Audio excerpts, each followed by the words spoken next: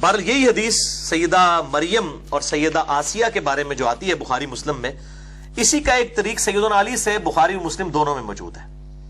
اس میں الفاظ ہے کہ نبی صلی اللہ علیہ وسلم نے فرمایا کہ اپنے زمانے میں سب سے بہترین عورت تھی مریم رضی اللہ تعالی عنہا وعلیہ السلام، اور اس زمانے میں سب سے بہترین عورت ہے خدیجہ رضی اللہ تعالی عنہا، جو کہ نبی صلی اللہ علیہ وسلم کی سیدہ عائشہ سے بھی بڑھ کر محبوب ترین بیوی تھی، جو سب سے پہلے اسلام لے کر آئیں، ایون مولا علی سے بھی پہلے۔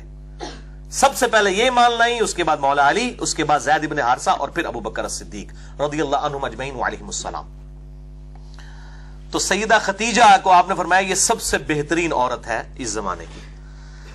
اللہ اکبر۔ بلکہ اسی کانٹیکسٹ میں بخاری اور مسلم میں ایک اور حدیث ہے، مشکات میں آپ کو ازواج مطہرات والے چیپٹر میں یہ حدیث بھی مل جائے گی کہ اما عائشہ رضی اللہ تعالیٰ عنہ خود کہتی ہیں مجھے سب سے زیادہ جس عورت پہ رشک ہے وہ خدیجہ ہے، سیدہ فاطمہ کی ماں اور حضور کی بیوی، محبوب ترین۔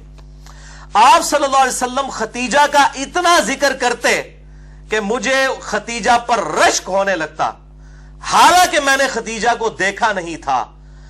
آپ صلی اللہ علیہ وسلم خدیجہ کی سہیلیوں کو بھی بکری ذبح کر کے اس کا گوشت تحفۃً بھجوایا کرتے تھے، حتیٰ کہ سیدہ عائشہ کے الفاظ ہیں بخاری و مسلم میں کہ کبھی کبھار مجھے اتنا رشک آتا کہ میں نبی صلی اللہ علیہ وسلم سے ناراض ہوتی اس بات پہ، اور میں کہتی خدیجہ کے علاوہ کوئی عورت ہی نہیں ہے دنیا کے اندر۔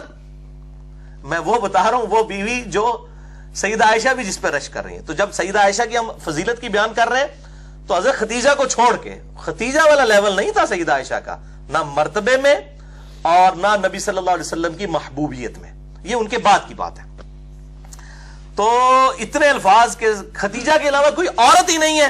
نبی صلی اللہ علیہ وسلم نے فرمایا کہ جب وہ حضرت عائشہ کہتی ہیں جب یہ بات کرتی تو نبی صلی اللہ علیہ وسلم اس کی خوبیاں گنوانا شروع کر دیتے، خدیجہ میں یہ خوبی تھی، خدیجہ میں یہ خوبی تھی، یعنی بتانے کے لیے کہ یہ خوبیاں ہیں جو تم میں بھی نہیں موجود ہیں، تم باقی بیویوں میں بھی وہ خوبیاں نہیں ہیں۔ اور پھر فرمایا کہ میری تو ساری اولاد ہی خدیجہ سے ہے، یعنی آپ کی جو چاروں بیٹیاں ہیں، ٹھیک ہے، اور سیدہ فاطمہ اور سیدہ رقیہ، سیدہ ام کلثوم اور سیدہ زینب رضی اللہ عنہم اجمعین وعلیہم السلام، یہ چاروں بیٹیاں سیدہ خدیجہ سے ہوئی ہیں، اور یہ ان کی اپنی بیٹیاں ہیں نبی صلی اللہ علیہ وسلم کی۔ یہ جو مشہور کیا نا، یہ پچھلے خامد تھے اور عجیب و غریب وہ بتا رہے ہوتے ہیں صاحب کتاب، اس دنیا میں سب سے بڑا رافضی جو ابو بکر عمر کو نعوذ باللہ من ذالک اعلانیہ طور پر منافق کہتا ہے، یاسر الحبیب، عرب میں اس کے پائے کا کوئی رافضی نہیں ہے۔ میں شیعہ کی بات نہیں کر رہا، رافضی، اس کو خود شیعہ نے اور ایران نے نکال دیا تھا اور اس کو گمراہ ڈکلیئر کیا ہوا ہے۔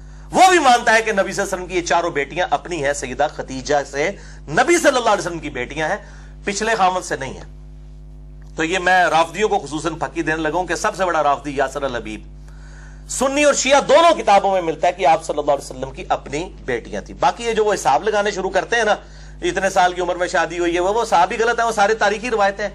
کوئی صحیح سند سے ثابت نہیں ہے کہ نبی صلی اللہ علیہ وسلم کے عقد میں سیدہ خدیجہ جب آئی تو ان کی عمر 40 سال تھی، کوئی صحیح سند سے ثابت نہیں ہے۔ اور نہ یہ صحیح سند سے ثابت ہے کہ آپ صلی اللہ علیہ وسلم کی ہجرت کے بعد یہ بیٹیاں پیدا ہوئیں، یہ اپنی ٹائمنگ پہ ہی پیدا ہوئیں اور الحمدللہ ہجرت کے وقت یہ بالغہ تھی۔ تو یہ میں نے ضمناً مسئلہ عرض کر دیا۔ تو سیدہ خدیجہ رضی اللہ تعالیٰ عنہا اتنی محبوب تھیں کہ 24 سال تک آپ صلی اللہ علیہ وسلم کے عقد میں رہی ہیں، 24 سال تک، اور آپ صلی اللہ علیہ وآلہ وسلم نے ان کی زندگی کے اندر دوسری شادی نہیں کی ہے۔ اس سے اندازہ کر لیں 49 نبوی میں جب نبی صلی اللہ علیہ وسلم کی عمر مبارک 49 سال ہوئی، کیونکہ آپ کی شادی 25 سال کی عمر میں ہوئی، اسی سال آپ پر 2 غم کے پہاڑ ٹوٹے، ایک سیدہ خدیجہ رضی اللہ تعالی عنہا کا جو ہے انتقال ہوا، اور دوسرا جناب ابی طالب کا۔ اس کو عام الحزن کہا جاتا ہے، غم والا سال آپ صلی اللہ علیہ وسلم کے لیے غم والا سال تھا کہ 2 ایسی ہستیاں جو آپ صلی اللہ علیہ وسلم کی ڈھارس بندھانے والی تھیں، سیدہ خدیجہ اور جناب ابی طالب، وہ آپ صلی اللہ علیہ وآلہ وسلم سے رخصت ہوئے۔ تو آپ صلی اللہ علیہ وسلم نے سیدہ خدیجہ کی زندگی میں دوسری شادی کبھی نہیں کی ہے۔ یہ آپ صلی اللہ علیہ وسلم کی ایک خاص ایفیلیشن تھی اپنی اس بیوی کے ساتھ، ورنہ اس زمانے میں کتنی آفرز تھیں، لیکن آپ صلی اللہ علیہ وسلم اس معاملے میں یعنی اتنی زیادہ محبت فرماتے تھے کہ کسی اور عورت کے ساتھ سیدہ خدیجہ کو آپ نے شیئر نہیں کیا.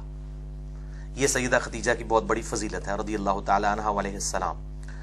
حتیٰ کہ غزوہ بدر کے موقع پر جب آپ صلی اللہ علیہ وسلم کی بیٹی سیدہ زینب، جن کے جو شوہر تھے ابو العاص ابن ربیعہ، جو اس وقت تک مسلمان نہیں ہوئے تھے، بعد میں مسلمان ہوئے، اس وقت تک اجازت تھی کہ غیر مسلم کے ساتھ بھی رشتہ ہو سکتا تھا.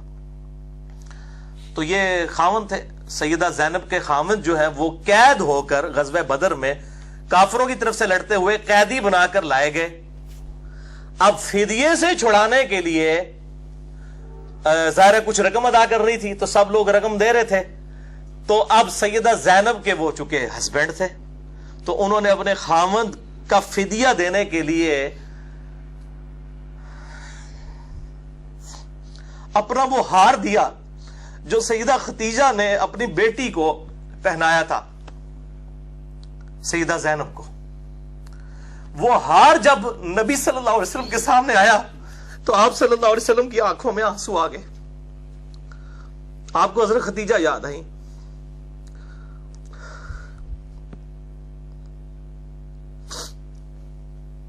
آپ صلی اللہ علیہ وسلم نے اپنے اصحاب سے کہا کہ اگر تم مجھے اجازت دو تو میں یہ ہار اپنی بیٹی زینب کو واپس کر دوں، یہ میری بیوی کی نشانی ہے اس کے پاس. تو اصحاب نے کہا یا رسول اللہ کیوں نہیں، آپ بالکل. اور پھر ان کو بغیر فدیے کے چھوڑ دیا گیا. پھر وہ اتنے حسن اخلاق سے متاثر ہوئے کہ انہوں نے اسلام بھی قبول کیا. اور انہی کی بیٹی ہے امامہ رضی اللہ تعالی عنہا. بڑی مشہور ہے نبی صلی اللہ علیہ وسلم کی یہ نواسی، جن کے بارے میں بخاری مسلم میں آتا ہے کہ آپ صلی اللہ علیہ وسلم ان کو گود میں اٹھا کے نماز بھی پڑھا کرتے تھے. سیدہ امامہ، یہ لفظ ویسے لوگ اردو میں امامہ بول رہے ہوتے ہیں، یہ لفظ ہے امامہ، الف کے اوپر پیش ہے امامہ، امامہ بنت زینب. تو یہ سیدہ خدیجہ رضی اللہ تعالی عنہا کے ساتھ آپ صلی اللہ علیہ وسلم کی عقیدت تھی.